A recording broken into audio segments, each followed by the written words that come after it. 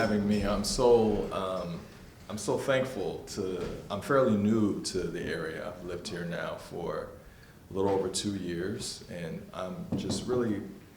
My heart is full to know that there's so many clergy in this area and religious professionals who care about justice. And so I'm really thankful. I was flattered for the invitation, and I'm just very thankful to be amongst you. My family, we've found a place to worship in San Jose, but as you know, moving to a new community, finding a faith community is so important, and you get tips everywhere, about where to go. You're in the grocery store, people are inviting you to church, and you want to try all these places, and we wanted to find a place that was good for our family, and so we landed in San Jose, but I didn't know much about faith on the peninsula, and I'm just really thankful to hear all the names of the faith communities represented here today, and it's just really, really, it warms my heart. I'm really thankful to be here. I wanted to show really quickly something else. This isn't working, so you can hear from. Or can I just take this up to the board? Absolutely, yeah. Thank you. Thank you. Before we get completely started, I wanted to share something on a personal note, and also explain why I won't be able to stay for lunch. And that is this little guy. My wife and I just welcomed. My wife and I just welcomed this little guy, 7.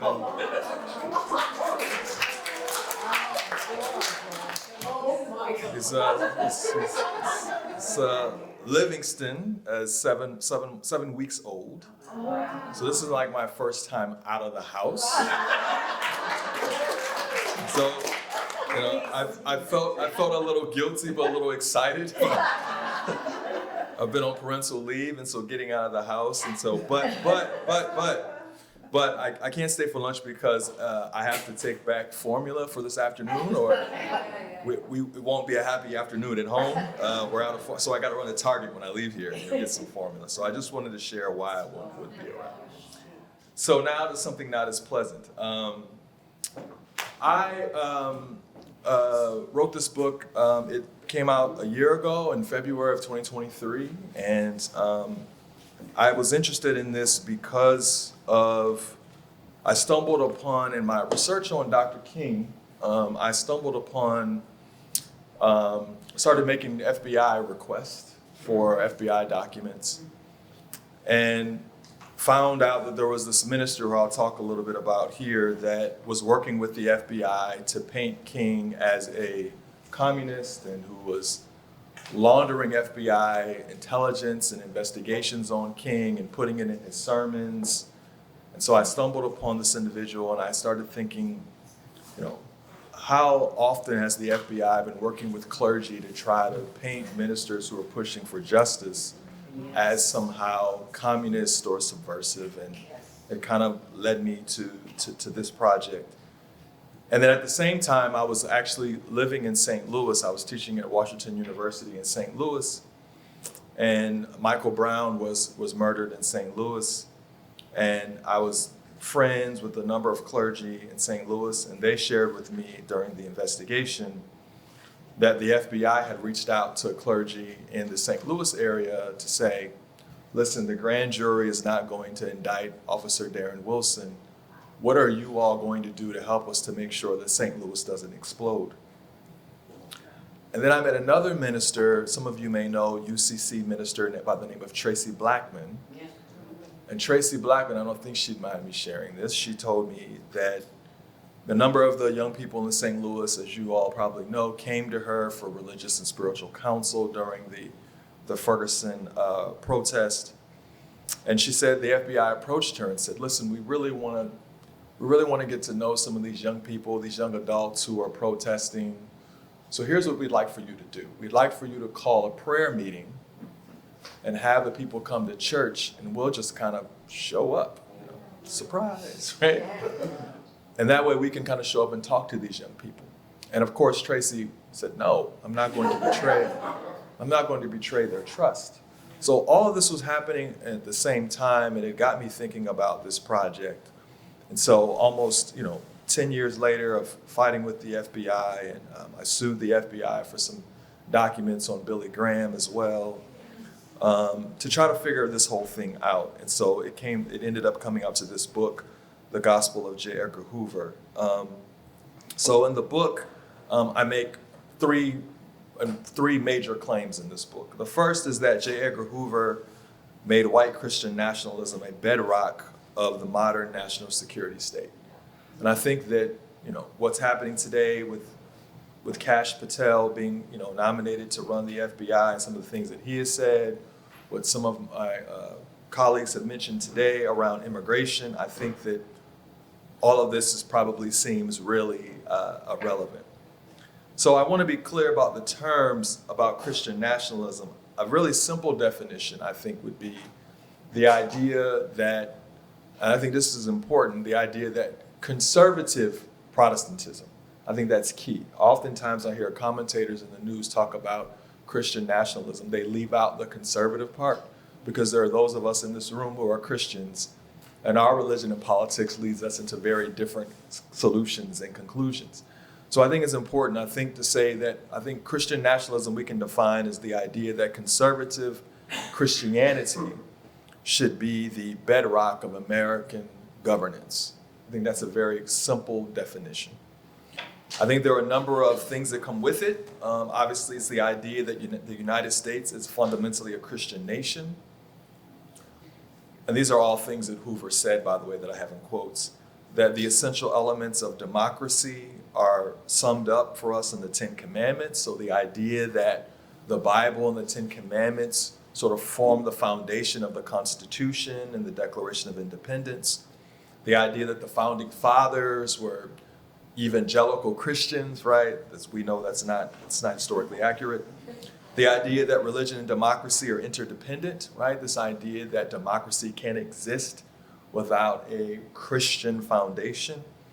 And also that the soul is the primary unit of global society. And by that I mean this idea that the only way that societies can be changed is if they are converted in sort of an evangelical conversion. And that's how society changes, right? This is kind of the gospel Billy Graham used to preach, right? We don't change laws, we don't change legislation, just get people converted to Jesus and then the world will be a better place. The other ideas I think about Christian nationalism is that Christianity and citizenship should go together, right? So if you're not a committed Christian, then the idea that you could be a citizen of this nation is in question. The idea that democracy, the progress of democracy is tied up with the advancement of a certain kind of Christianity. And that Christians support and preserve government and prevailing social arrangements, right? The idea that if you're going to be a Christian, you have to always support the government and prevailing social arrangements around gender, around sexuality, and around race. And finally, that one can't be moral if one is not a committed conservative Christian. I think these are some ideas I think that are all wrapped up in Christian nationalism. So I wanted to share those before I get into the story about J. Edgar Hoover. So Hoover was born in 1895 in Washington, D.C., and he also died in Washington, D.C. as well. Hoover was a member of the cadets at his high school. There's a picture of him here at 17. And he really took this job very seriously. In fact, he used to teach Bible study at his Presbyterian church, Sunday school, at his Presbyterian church. And all of his classmates thought it was odd that he would actually teach his Sunday school class in this uniform. And there was something about the kind of militaristic idea around faith that he really gravitated towards. And I'll talk about that in a little bit. I went to the what was just a storage facility at the time, but it's now the National Law Enforcement Museum, and it has his childhood diaries. This is a picture of that.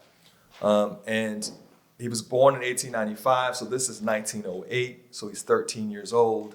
And one of the things he wrote about a great deal in his personal diary was about teaching Sunday school. And he was elected secretary of a Sunday school class. This is very, very, very important to Hoover about teaching Sunday school, being the secretary. and running the Sunday school at his local Presbyterian church. So all of this, as he became an adult and became the director of the FBI,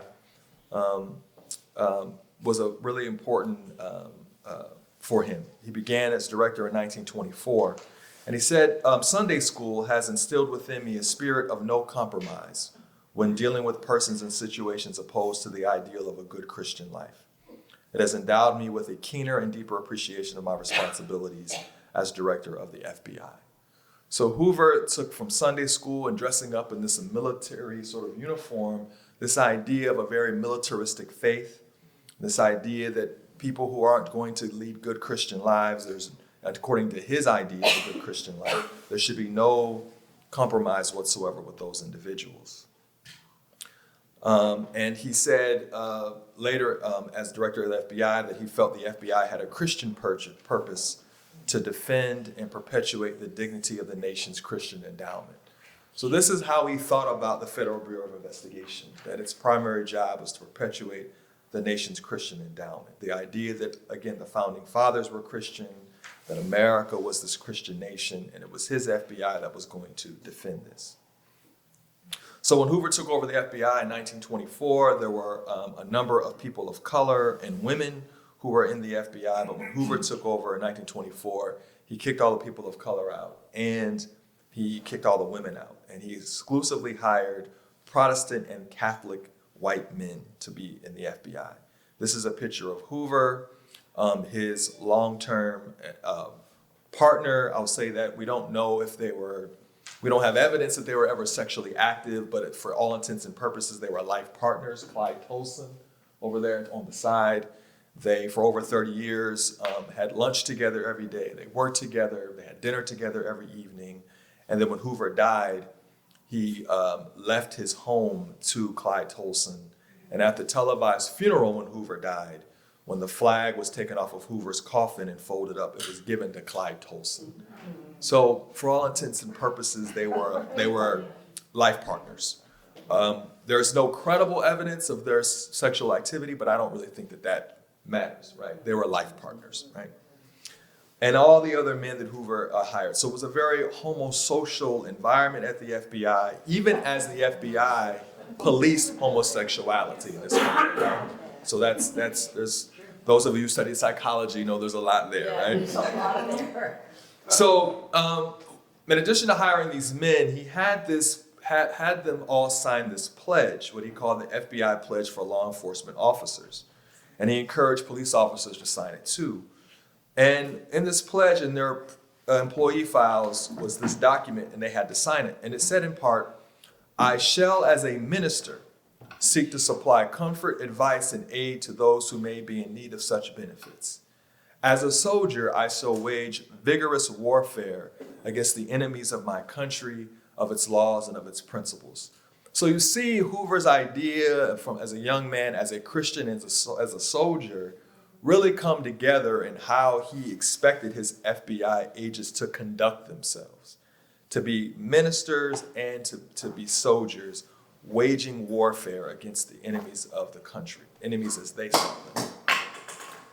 And this is the way that Hoover began to shape his FBI agents. Now, in order to try to produce this minister and soldier, Hoover actually had agents go on spiritual retreats. He had FBI agents go on an annual Manresa retreat, which those of you know that Manresa was the place where St. Ignatius of Loyola, who gave his life over to Christ and who was the founder of the Jesuits. Hoover loved the Jesuits. He found within the Jesuits a kind of militaristic faith, a kind of masculine, hyper-masculine faith. And so he loved working with the Jesuits. And so what Hoover would do is that he would organize at headquarters and in Baltimore as well, FBI agents would go on these retreats. And this is a flyer I found in an FBI file that he organized the retreats, that every section, every division of the FBI, identification, records, domestic intelligence, all of them had retreat captains. And then all of them were in charge of overseeing their employees to make sure they went on these retreats. And even the old school, like when I was in elementary school, the little permission slip at the bottom, you see there, you kind of can sign your name. Will you be driving? Yes or no? And all of this was subsidized by taxpayer money because there were buses that were, the FBI would get buses to transport employees to go to these FBI retreats out in Maryland, and all of that was subsidized, of course, by taxpayer dollars. Dr. Martin, it Yes. was redacted, is that right? Yes, it's redacted. When I requested this file and finally got it, apparently some of these individuals were still alive. And so the FBI redacted those names on the side, so some of those folks were still alive. So this is an example of the sort of the way that Hoover is taking these individuals on spiritual retreats, working through the spiritual exercises of St. Ignatius of Loyola about cultivating this kind of masculine ideal around being an FBI agent. The FBI also had Mass and Communion breakfast. Now again, this is interesting because Hoover is a Protestant. He's very clear about being a Protestant, but there's something about the Jesuit faith that he really enjoys and wants to cultivate within the FBI. So they had FBI Mass and Communion breakfasts for FBI employees, relatives, and friends. They had it at various different Catholic churches within the DC area for FBI headquarters. The fascinating thing that I found in this was that everybody, and I never could figure out why, everybody that Hoover invited to be the guest speaker, there would be some celebrity speaker or a senator or a congressman, and then actual sermon as well by a priest. Everybody said yes. Vince Lombardi, former great football coach. Lots of people were invited, senators. The only person who I couldn't figure out who continually said no was Ed McMahon, the former sidekick for Johnny Carson. Yeah. They invited him year after year after year, and he kept saying no. And I never could figure out why he said no. No, maybe so. I never could figure out why. When the FBI men recommended women to speak, Hoover always declined it, always said no. He would never approve of a woman being the guest speaker, no matter how prominent the woman was, no matter how religious she was, he always said no. So these were hyper-masculine male events that even included FBI families as well. Now here is what Hoover never went to these events, as far as I can tell. He went to the Protestant worship services, but he never went to these services. But he would send his word, if you will. And oftentimes it was printed on the bulletin. So here's one example of what he said, and he sent for this event. It is a pleasure to extend best wishes on the occasion of the 15th annual FBI Mass and Communion Breakfast. And this day, when a large number of our citizens are completely engrossed in the material things of life, it is a source of deep pride to know that so many men and women of the FBI, their families and friends, gather each year in this now traditional manifestation of their faith in God. Belief in God and his teachings is vital in the fight we daily wage against the insidious forces seeking to engulf us. Without this belief, crime would soon be rampant. Without it, communist atheism would rob us of our spiritual existence. Let us mold our lives in his image and likeness and strive to uphold the Christian ideals upon which this great nation was founded. So you see in here all the elements I spoke about earlier, right? Hoover sees this idea that without a kind of Christian faith, crime is going to be rampant, so we've got to get people saved. The idea that maybe there is something within our legislation, society, hunger, homelessness, those things causing crime, he would say no. We just got to get people saved and give their lives to Jesus. This nation's founded upon Christianity. We've got to mold people into the image of Christ as Hoover understands it, so forth and so on. And this is all the idea that you see that Hoover is saying within the FBI. And then also the idea that anything that goes against it is communist, right? So when you label your opposition, people who have other ideas of faith, communists, you don't really have to deal with their claims. You can just dismiss them as saying, well, that's communist or that's socialist. We're seeing that a lot today within our politics. So all of this religious culture within the FBI led many men who I researched found this to be really, really powerful and shaped them in a particular way.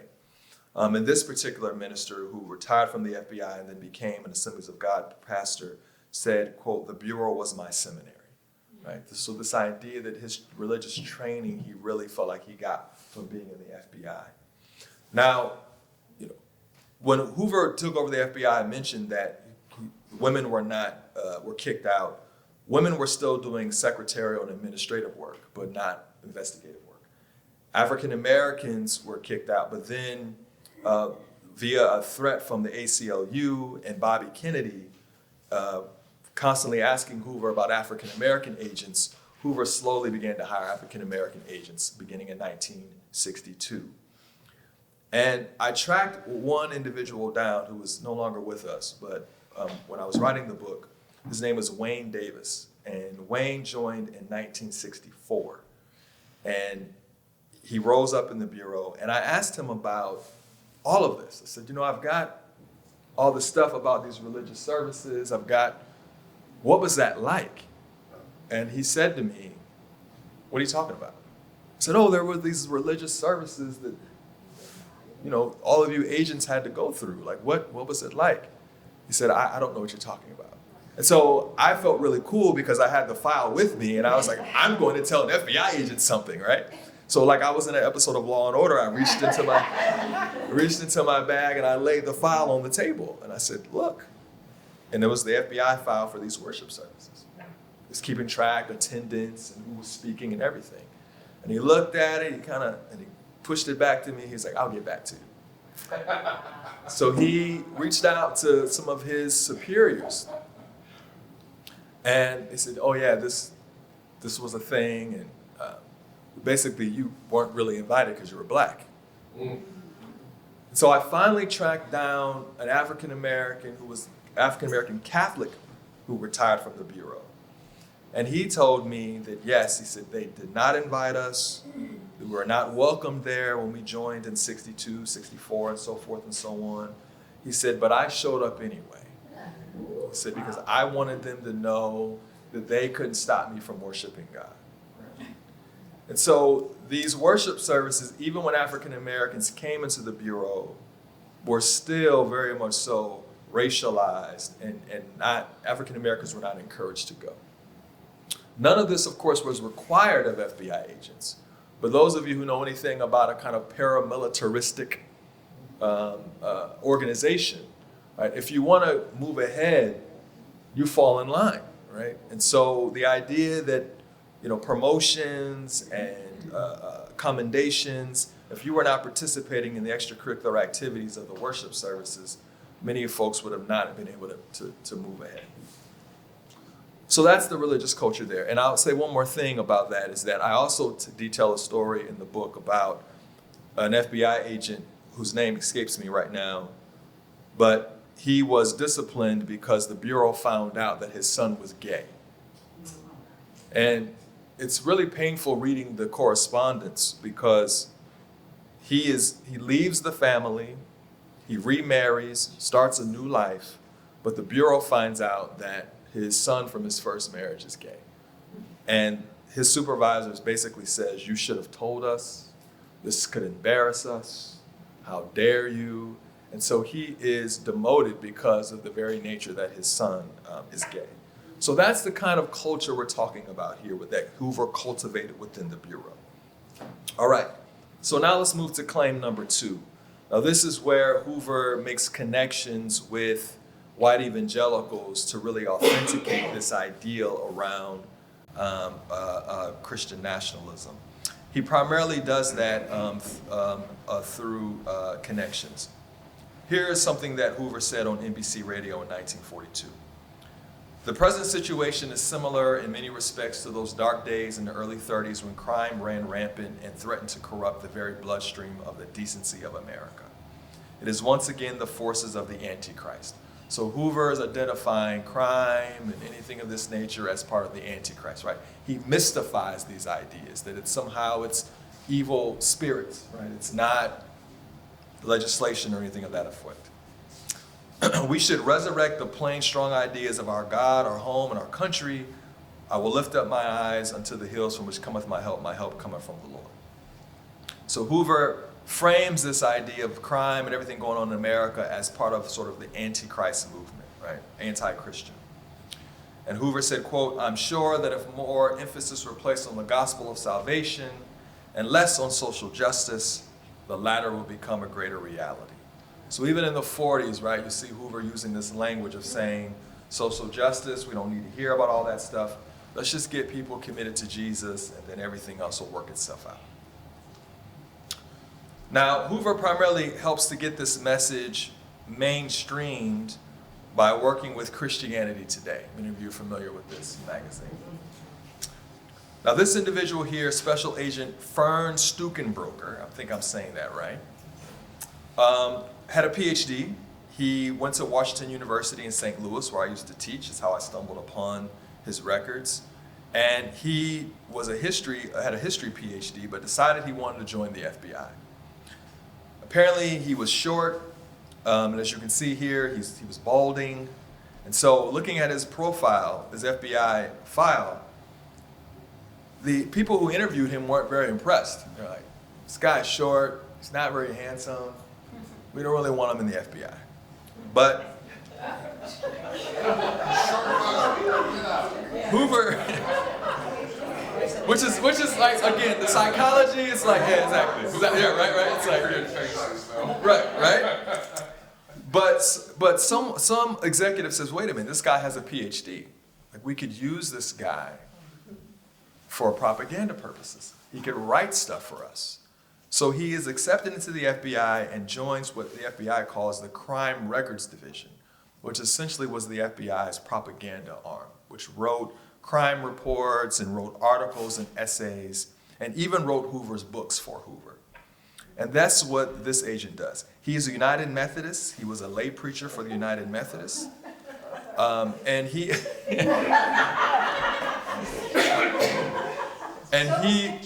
That's right.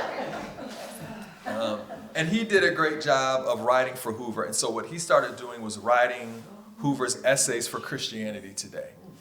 He would write these essays. He would work with Christianity Today with the editor at the time, who was Carl F.H. Henry at the time. They'd work together and say, what do you want to say, Mr. Hoover? What would be good for our audience to hear? Fern Stukenbroker would write these things. Hoover would read it over.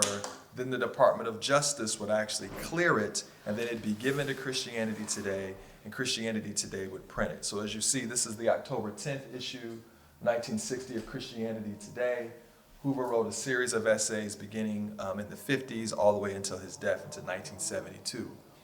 What really, I think, drives this home is that what the FBI then would do is reprint these essays, and as you can see, stamp it with the Department of Justice insignia, FBI, and then pass these things out across the nation.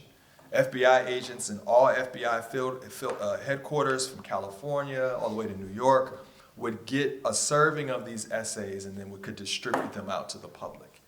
And I think what's fascinating about this is that it then gives, you see at the bottom, reprinted from Christianity Today, it then gives the idea that Christianity Today and the FBI are working together, which they were, but it also gives the idea that Christianity Today is articulating, right, the faith that is coming through the halls of power, right? So that this is the authentic faith, not what Martin King is preaching, right? Not what other groups are declaring, but this is the authentic idea of the federal government as being articulated with Christianity Today.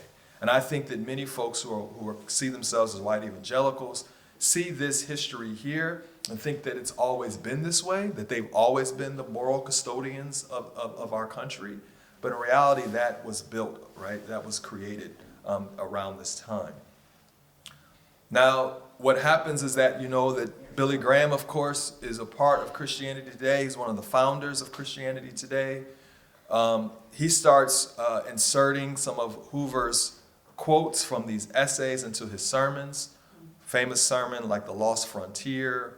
He starts quoting things from the presidential prayer breakfast from Hoover, and even in his TV show and radio show, Hour of Decision.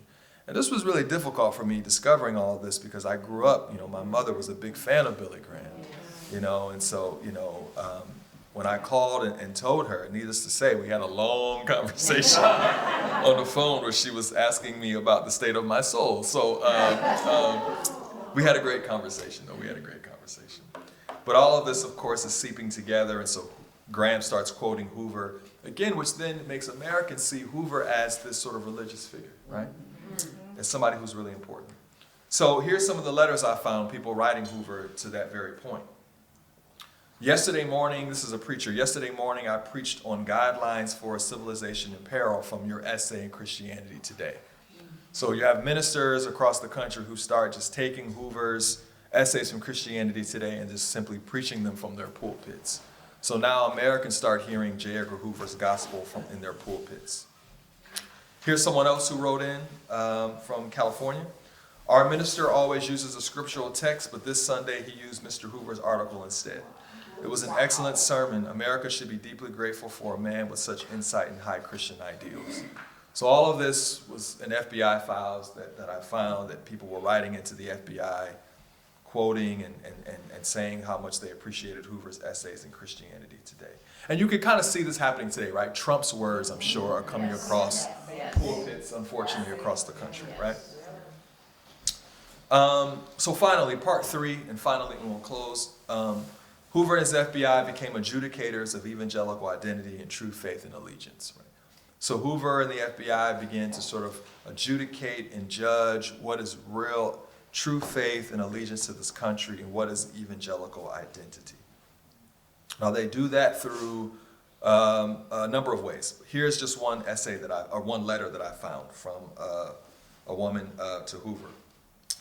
She said, Goldwater, Billy Graham, and everybody or group that wishes to runs a daily column in newspapers nowadays. Christians are getting to the point where they fight amongst themselves so much, it's sometimes difficult to know who to believe. There just isn't anyone all different church groups would believe, as well as Republicans or Democrats, except the FBI. I don't believe some folks will believe anything unless it's from the FBI. So this is where Hoover starts being seen as kind of what I argue somewhat tongue-in-cheek, but not so tongue-in-cheek, is this idea of a bishop and that he's adjudicating faith, and people are looking to the FBI to do this. Now, keep in mind during this time, right, there's the FBI show on television, there's the FBI radio show, and even today, right, CBS has 3 FBI shows itself, right? The FBI, FBI Most Wanted, FBI International. So our country still has this sort of fascination with the Bureau, right? And during this time, many people saw it as being an adjudicator of what the truth and faith were. Here's another letter I found from a young man. Dear Mr. Hoover, I would like any information on the 2 religious or evangelistic associations. One is the Billy Graham Evangelistic Association, and the other is the Oral Roberts Crusade. I've heard things about both groups from what I've read about you, Mr. Hoover. You are a very religious man. I'm a teenager of 18. I would love any information on these groups, and your opinion of them would be appreciated. Thank you for your time and any help you may be. Yours in Christ. And then I guess the person was still alive, and so it was redacted. So just to give you an idea again of how people are writing. Now, when Hoover would respond to these essays, or he'd have Fern Stukenbroker, or he'd have one of his agents respond, he would often say, we are an investigative agency, I'm not able to give you any information on this or that. But here's some essays from Christianity Today that I wrote that maybe you would find interesting or helpful.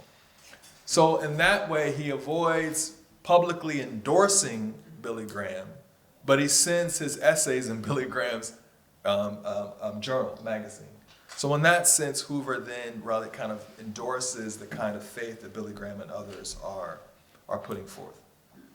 Now, of course, one of the most heinous effects of this, of course, is there are a number of effects, right? It's spying on women's groups, it's spying on church groups, and of course, it's also what the FBI did to Martin Luther King Jr. And that crusade or that campaign against King was led by William Sullivan, who was a very committed Catholic special agent who worked with the FBI. His job was to infiltrate and to bring down the communist movement in this country, and he also saw King as a part of that.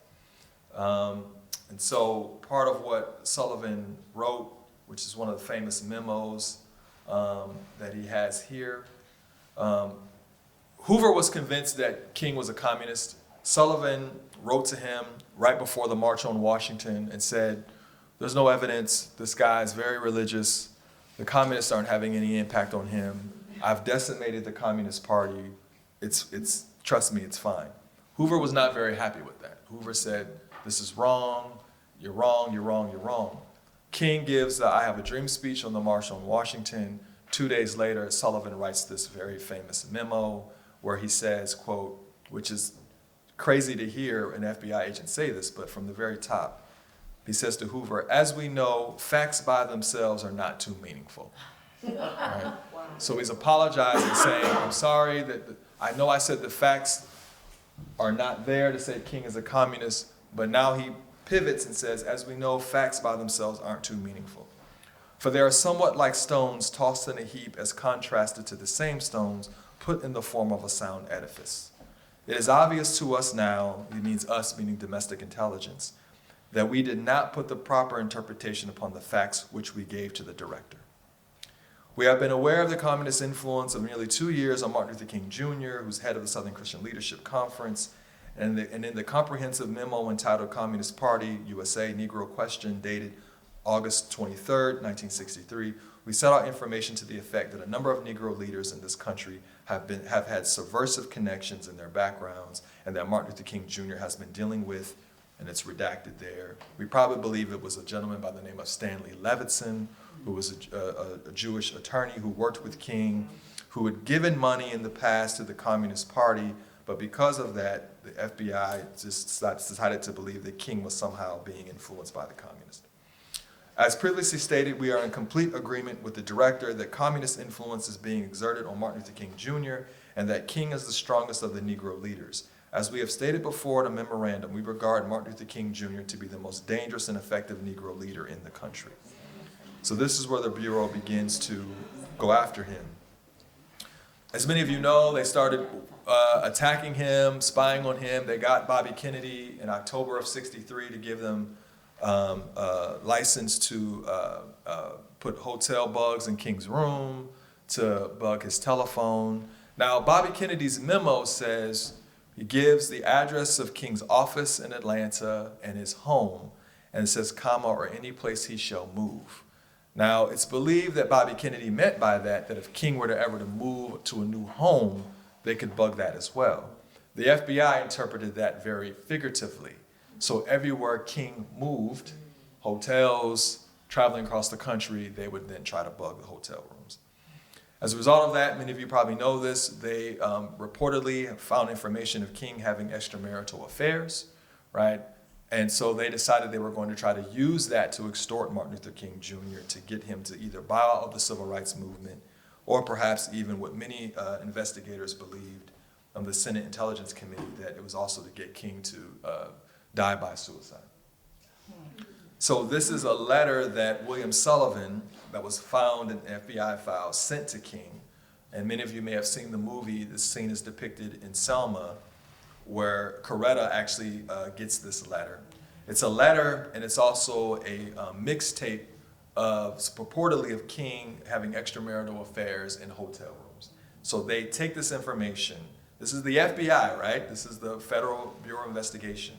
They take this information they have obtained of his personal life, and they send it to him, and they send it along with this letter, which says in part, I will not dignify your name with either a minister or a reverend or a doctor. You are no clergyman.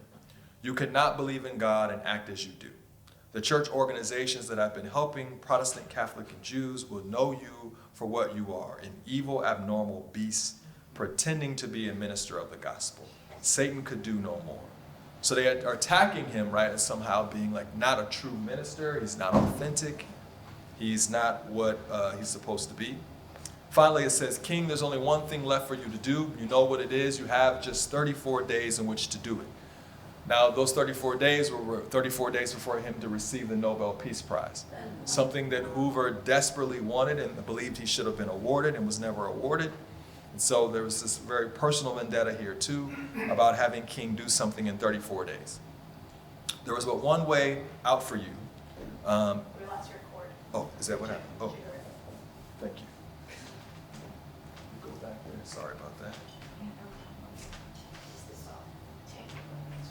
So I'll unplug it in. Let's see. Let's plug it back in. Okay. Yeah.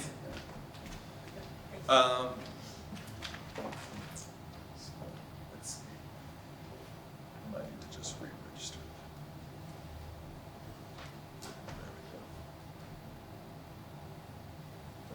There we go. There we go. It's the ghost of Hoover. Yeah. Yeah.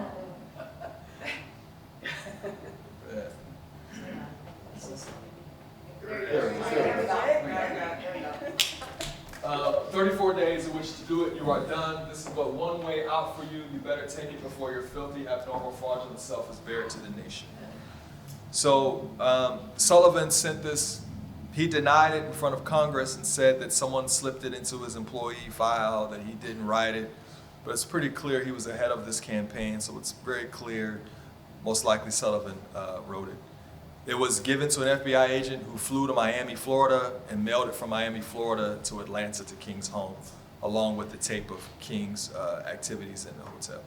This information, the tape and the transcript of the tape, these tapes has been sealed.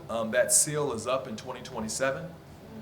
The National Archives has this information. They may release it in 2027, which I think they'll probably release it, put it on their website, and try to keep the noise down. But I think it's something that we as people of faith will have to be prepared for, because we know there will be some people who want to use this to dismiss all that King stood for and all that King fought for, despite the fact that the president is a convicted felon for doing worse. But that's that's another conversation. The minister I mentioned to you that got me on this trail was this gentleman by the name of Elder Lightfoot Solomon Mashal. He was an African-American minister out of Virginia. He was the first minister, black or white, to have his own TV show. He got a TV show beginning in 1947. It didn't last long because he didn't get good reviews, and he was replaced by Fulton Sheen. Actually, he was replaced by Fulton. Some of you remember Fulton Sheen and those blue eyes on television. For whatever reason, Reverend Mashal was also in D.C. He was friends with all the presidents, beginning with FDR. He had a popular radio show. He bought the FBI's line that King was a communist. So we started working with the FBI, and the FBI was giving him information on King. And so he started preaching these things from his radio show and also from his pulpit, and telling newspapers about King being a communist and how King's hurting the nation, King is not a real Christian, so forth and so on. So the FBI worked with him to try to launder their information to say, see, it's not just us that's saying this. There's an African-American minister saying it as well. So the FBI worked with him to do that. Now, I think these efforts worked. There was a Washington Post poll in 1965. The question was asked of the public, do you sympathize with J. Edgar Hoover or Reverend Martin Luther King Jr.? This is when Hoover and King had a public fight where Hoover told a group of reporters that King was the most notorious liar in the country. And King pushed back and dismissed it and said, Hoover has been doing what he's been doing for a long time, but old age must be coming upon him. I'm not going to fight with this man. But the public, clearly, you see, by 1965, and this is before King even comes out against the Vietnam War, before his popularity declines. Even still in 1965, most Americans were sympathizing more with J. Edgar Hoover than with Martin Luther King Jr. And I think we forget that. I think we often want to dismiss Hoover and say that he was this lone ranger who was messing up America, but Hoover had a lot of support, and he couldn't have got away with what he got away with if he didn't have the support of a lot of Americans. And finally, a Gallup poll on King in 1966 about the people found him favorably or unfavorably. The majority of the country in 1966 found King unfavorably in 1966. And this is before he comes out against the Vietnam War. So a lot of this propaganda and the efforts the FBI did really did shape the way the public thought about King. Now I think, some of this is still going on today. It's interesting. The FBI every year during the King holiday often gives a shout out to King. This is from 2020.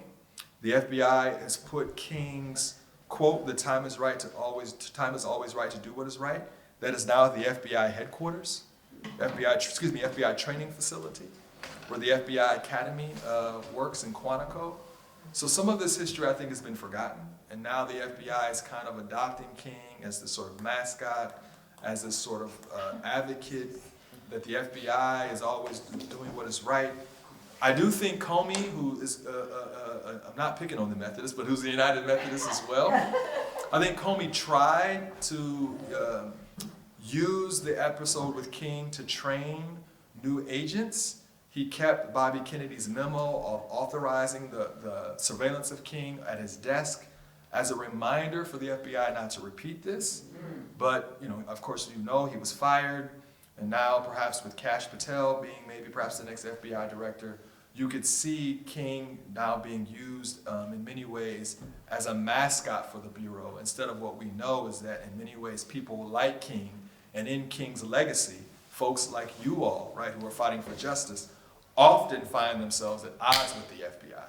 But yet the FBI still is using King to help train some of their agents, not in terms of to learn from the past and the mistakes, but as if King is somehow a mascot for the Bureau now. Another example is that the FBI invited at one point in time the Westboro Baptist Church. Oh my God. This is from 2011 from NPR. You can find the story. The Westboro Baptist Church, many of you may recall, they were the church that We know them well. Yeah, you know them. Yes. They were invited to talk to FBI agents in 2011, supposedly around the idea that FBI agents would get an understanding of what sort of religious extremists look like. That doesn't make sense to me. But when this story broke, the Bureau apologized, but again, they were invited to talk to FBI special agents. So I think that while Hoover has passed away and he is no longer there, there are aspects of the FBI that he shaped, I think, that are still very much so present. Especially, I think, along the lines of how they engage with racialized communities.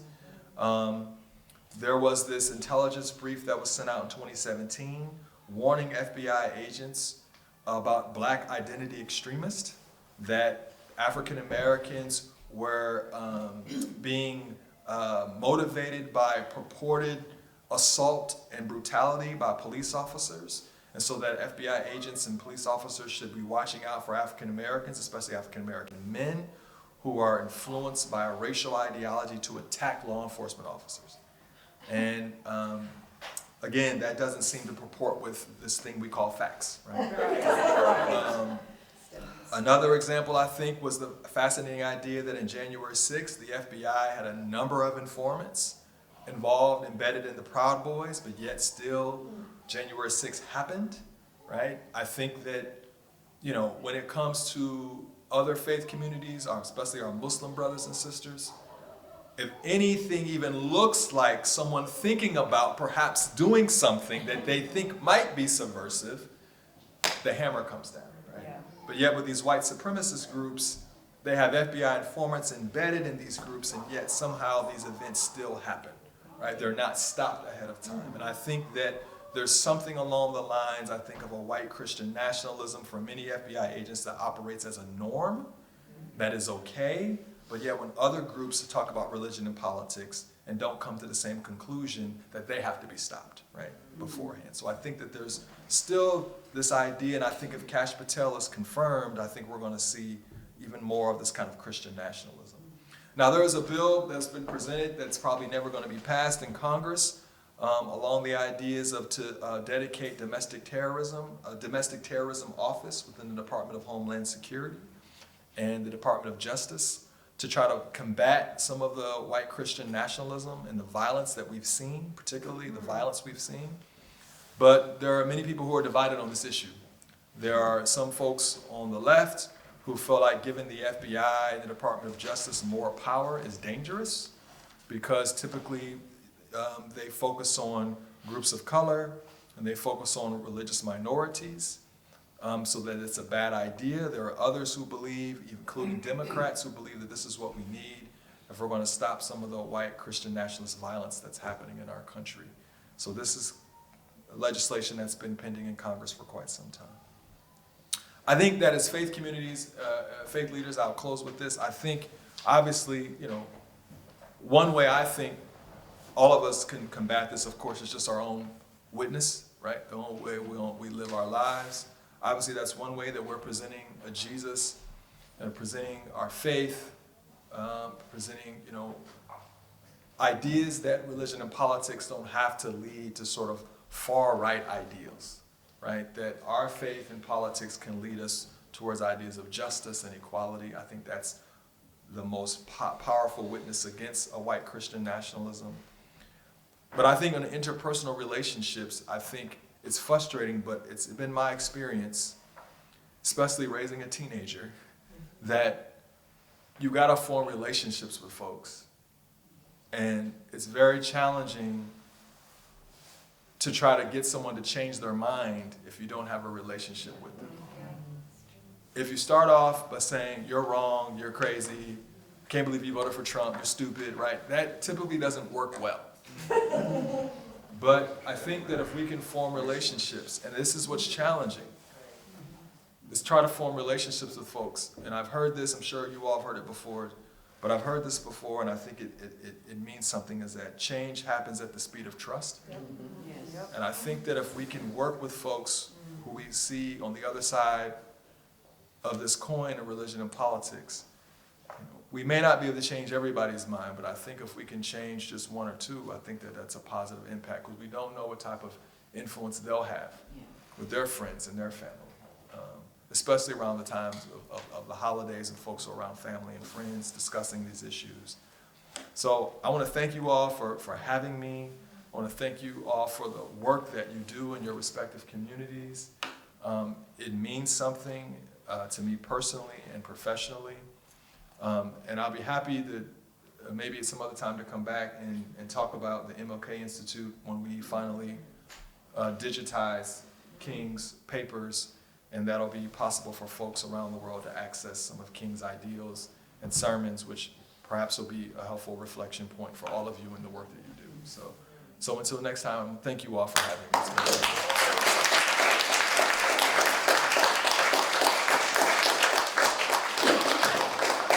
Would you have some time before Yes. you pick up the formula to, Yes.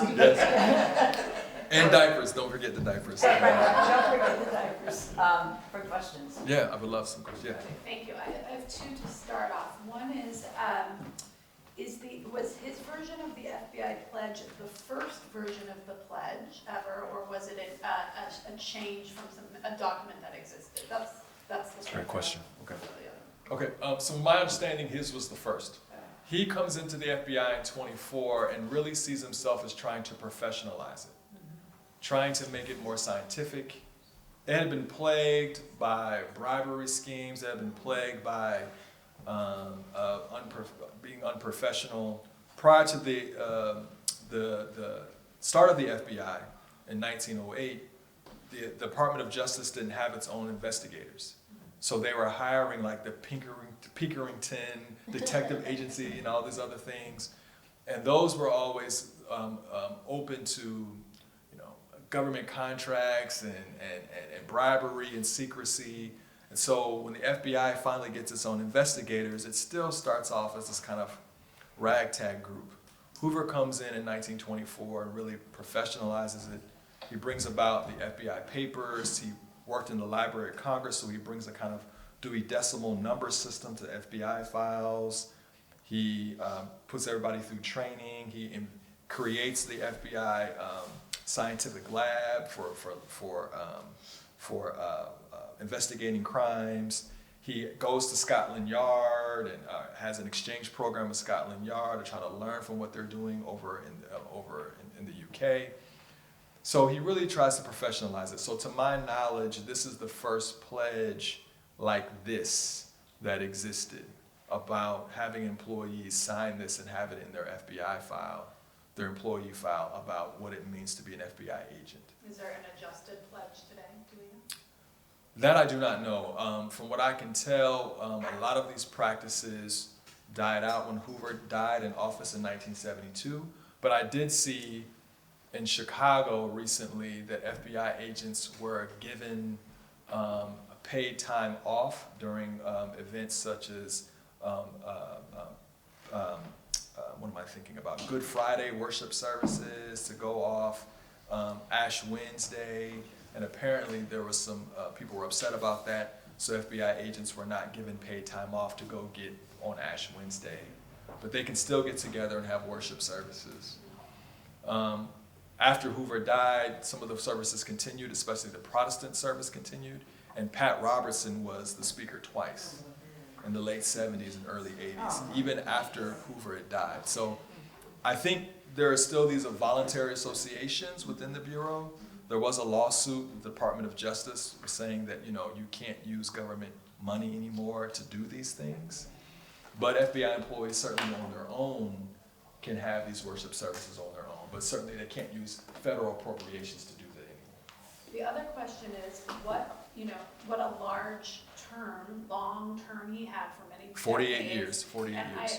Have you learned anything about sort of World War II and Holocaust and sort of awareness of Jews being persecuted in relation to this? Everybody needs to be Christian. I sort of understand, like, okay, early 30s, maybe before camps were known about, and it's more political, but later in the 40s, I mean, a lot of this is from the 40s, a strong language. Can you kind of reference that and what you know about his ideas on this?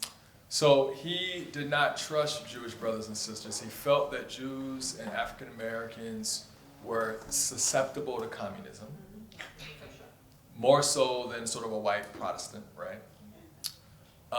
So FBI agents testify that Hoover, especially during this period, talking about the discovery of what's happening, right, with the Holocaust, that Hoover begins to adopt a kind of the idea of a Judeo-Christian America and will hire 1 or 2 Jewish agents per FBI office, tokens, and one agent said that they were often put in the front so that when visitors would come, they would see, oh, there's a diverse workforce there. But in reality, he didn't trust them, but recognized the political impact of saying we're a Judeo-Christian nation as a way to differentiate America from what Germany was doing, right? But still didn't really trust Jewish brothers and sisters within the Bureau. That's what all the agents who've written books and I've interviewed have said, that he didn't really trust them. Thank you so much for your work. And I'm finding myself like wondering about your own safety and how much pushback you received. You mentioned that you had to do a lawsuit. Yeah. How much pushback you received, how much you think people are worried about your research, and You know, so 2 things happened. The first, I think the research, was somewhat,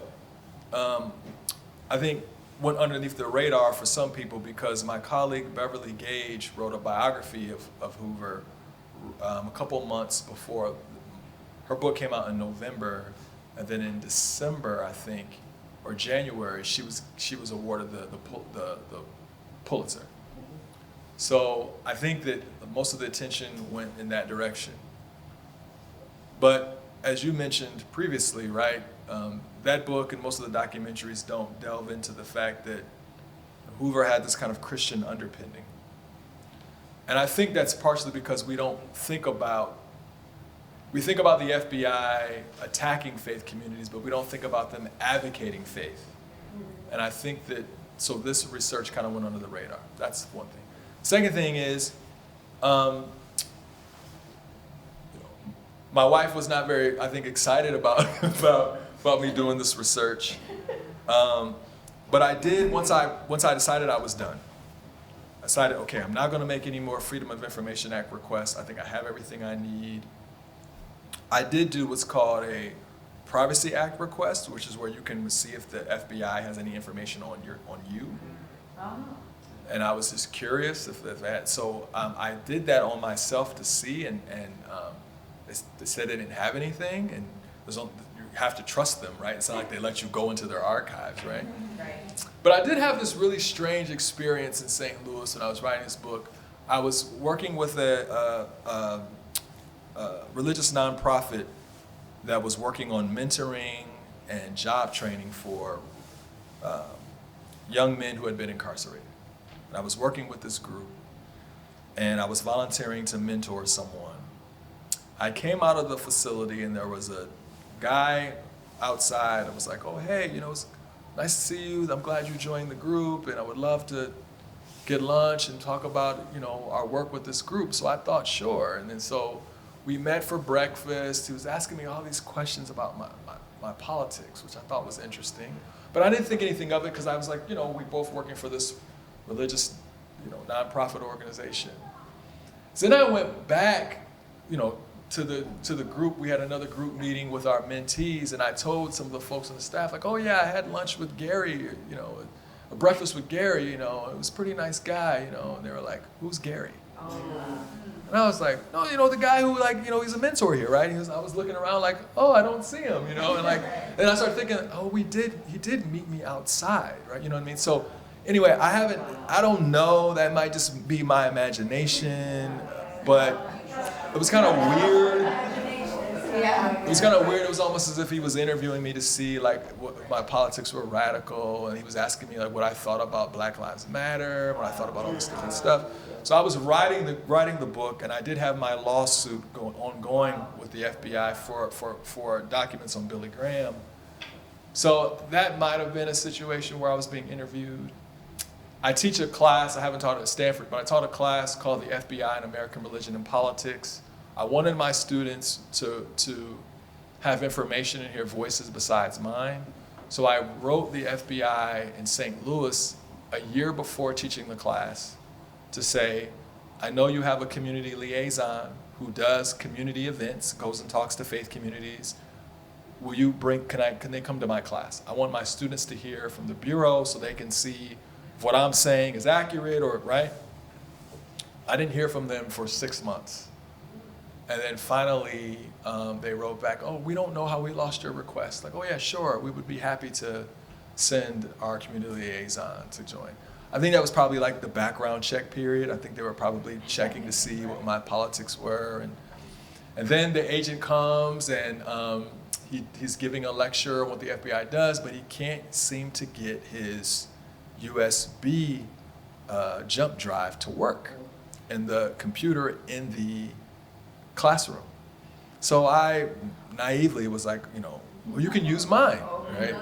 And then after the words came out of my mouth, have you done that before? Your words come out and you want to grab them back? So I said it and I was like, oh. And then I said, so you're gonna put that jump drive in my computer and you're probably gonna erase everything on my computer or get a copy of everything on my computer, aren't you? And I swear to God, Special Agent Matthew Brumman, he's retired now, he looked at me and said, if I wanted what was on your computer, I would already have it. So I was like, yeah. So I do think about like Hoover would love the fact that we all have these. Yes, yes. It would make his job so easy, right? And so I do think about the surveillance, my own safety, but I also recognize that there's only so much I can do. It's not the FBI, it's the backing of all the signals intelligence. Right, exactly. Sorry, that was the long answer. Please. Through your research of the FBI, have you noticed anything with regard to their stance with regard to the Latino community? I have not, in terms of my research. Immigration reform, Lyndon B. Johnson signs that in 1965, which we really start to see a shift in immigration in this country. But I will say, I think this FBI, as was mentioned earlier in this meeting, I do think that's something that we should be concerned about with this FBI.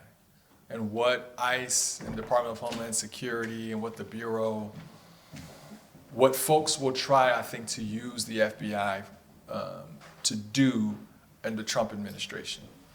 I do think there's going to be something. I'm torn between it being as bad as Trump and others say it's going to be versus doing some things that are loud and showy as a way to appease a certain element of his constituency, but not really going as hard as they say they're going to do.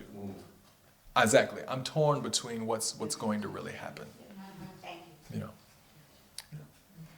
It's my understanding that Kash Patel is Hindu, and I'm just wondering how, As is the vice president-elect, his wife. Yes, and so, I'm just wondering how, but I'm also aware of Hindu nationalism and its sort of absolutism, and I'm wondering how you think that's, how or whether that's at play, like how are white Christian nationalists going to react to non-Christians in these positions of power?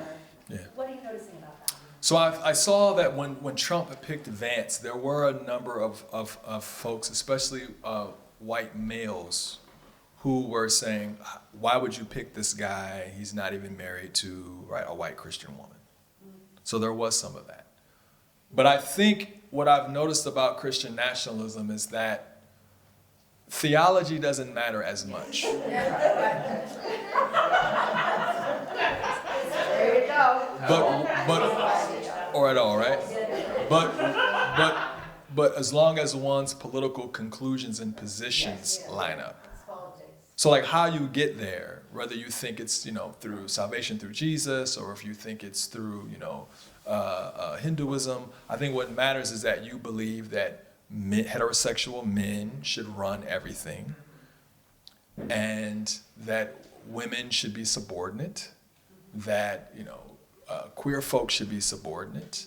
I think that those kind of positions, I think really, really matter, especially around sexuality and marriage. And so I think J.D. Vance, I'm from Ohio, right? And so apologies. But I think Vance had to work really hard to show his kind of bro culture, his kind of bro commitment to those ideals because of who he's married to. Well, he's completely dropped off the, Yeah. I mean, like, where'd he go? Yeah. He's. They never replaced him. Yeah, he was strictly, I think, used to make sure to kind of get Ohio and to kind of get the kind of the blue wall states, but I mean that's not him, right? I mean he's no longer that person, but he's just tried really hard to show that he is. Yeah. Yes. Just about out of time, but go ahead, Jerry. Yeah, so I had two questions. I was wondering if there were agents who didn't show up at these worship meetings, and what happened to them if they didn't. And the other thing, I'm just wondering, do you think that if, Hoover is 50 years in the past, but does this ideology still pretty much permeate the Bureau? I think so. I think to varying degrees, right? Christopher Wray, for example, who just announced he's going to resign. Christopher Wray, right, because of the context we're in, many of us, I think, were rooting for him because he seemed as if he had some modicum of integrity. But I think if you look at him in a broader context, right, he was part of the Federalist Society. He's Republican. He refused to identify white Christian nationalists or white nationalist violence. He said that we're going to classify this as racially motivated violence, as if there are other groups that are, attacking other groups on a systematic basis based on their race. I think that that's not happening in this country, right?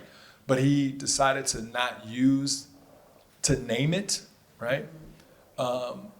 He is not this sort of liberal champion, I think, that context wants him to be. The historical moment we're in wants him to be. I think that there's still aspects of this going on in the Bureau. As I mentioned earlier to your wonderful question, the Bureau is supposedly no longer using their federal appropriations for worship services, but the numbers in the Bureau are still pretty low. It's still overwhelmingly white male. There are very few women in the Bureau, very few women of color, especially in positions of power in the Bureau. So I think that their policing activities, we still see there are aspects of Hoover's ghost, I think, there as well. So I do think that Hoover's ghost is still very present, that their headquarters is still named after him, still the J. Edgar Hoover building. Trump wants to change that. He wants that. He wants the government to sell that land, and I think he really wants to buy it personally for his own enrichment.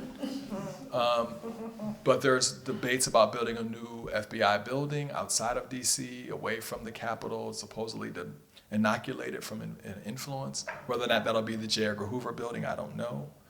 But Hoover is still very much so given credit for modernizing the Bureau, and he should be given that credit.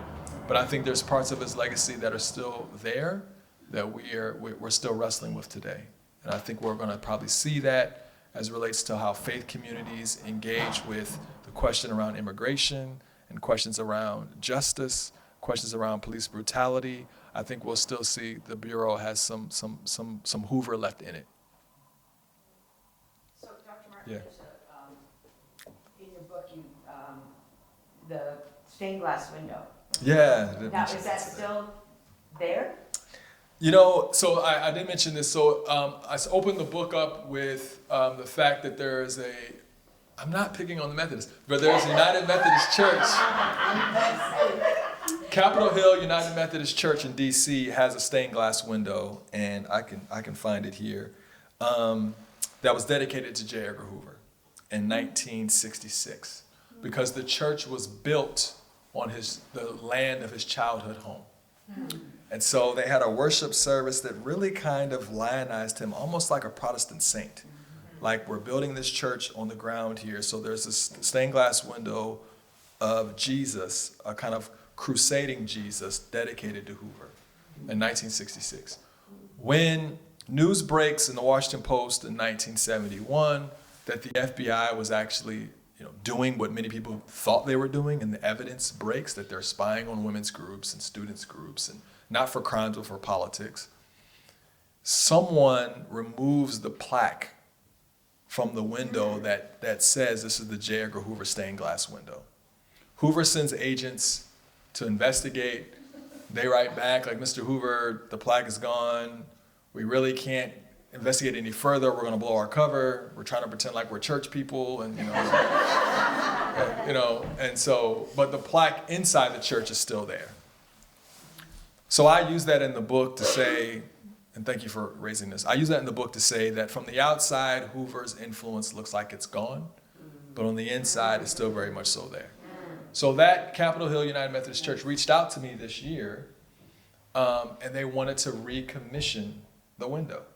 Wow. And so I wasn't able to go because of Livingston, but I did do a Zoom with them as they did a prayerful sort of reconsecration of this window to dedicate it not to Hoover, but to dedicate it to the community, because the church now is everything Hoover would have hated. It's led by a woman. It's open and affirming. It's multicultural. It's everything he would have hated.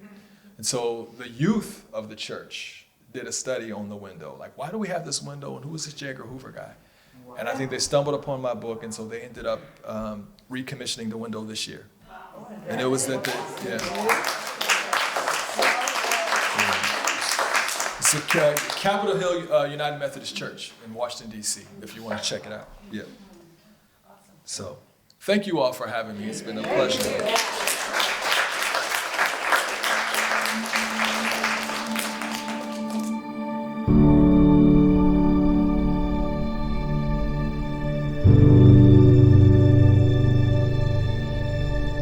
Thank you.